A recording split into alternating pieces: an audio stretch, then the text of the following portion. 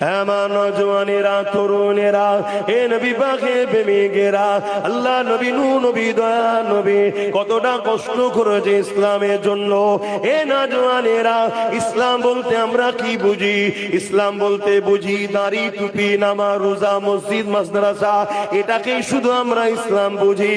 না না না, এটাও যেমন ইসলাম, মনে রাখবেন তার আগে এই জমিনের উপর রাসূলুল্লাহ যখন এসেছিল, এই জমিনের মানুষগুলো জালিম হয়ে গিয়েছিল, এই জমিনের উপরে ইনসাফ ছিল না, এই জমিনের উপরে মানবতা ছিল না, এই জমিনের উপরে মা বাপের সম্মান ছিল না, এই জমিনের উপরে নারীর অধিকার ছিল না।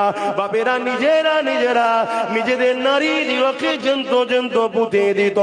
এ যুবকেরা, তরুণেরা, আল্লাহ নবী তাদেরকে বুঝিয়েছে, বাবারা তোমরা নারীগুলোকে জন্ত পুঁতে দিও না। নারী হলো আল্লাহ পাকের শ্রেষ্ঠ একটা নিয়ামত। যার ঘরেতে প্রথম কন্যা সন্তান হবে, এর মানে ওই নারীর বাবাকে আল্লাহ পাক জান্নাতে সুসংবাদ দিল। এ নওজওয়ানেরা, তরুণেরা, আল্লাহ নবী জমিনের উপরে এসে মায়ের মর্যাদা ফিরিয়েছে, বাপের সম্মান ফিরিয়েছে।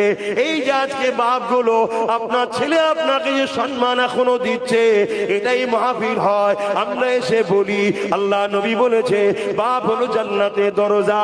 যে বাপকে বেজার করলো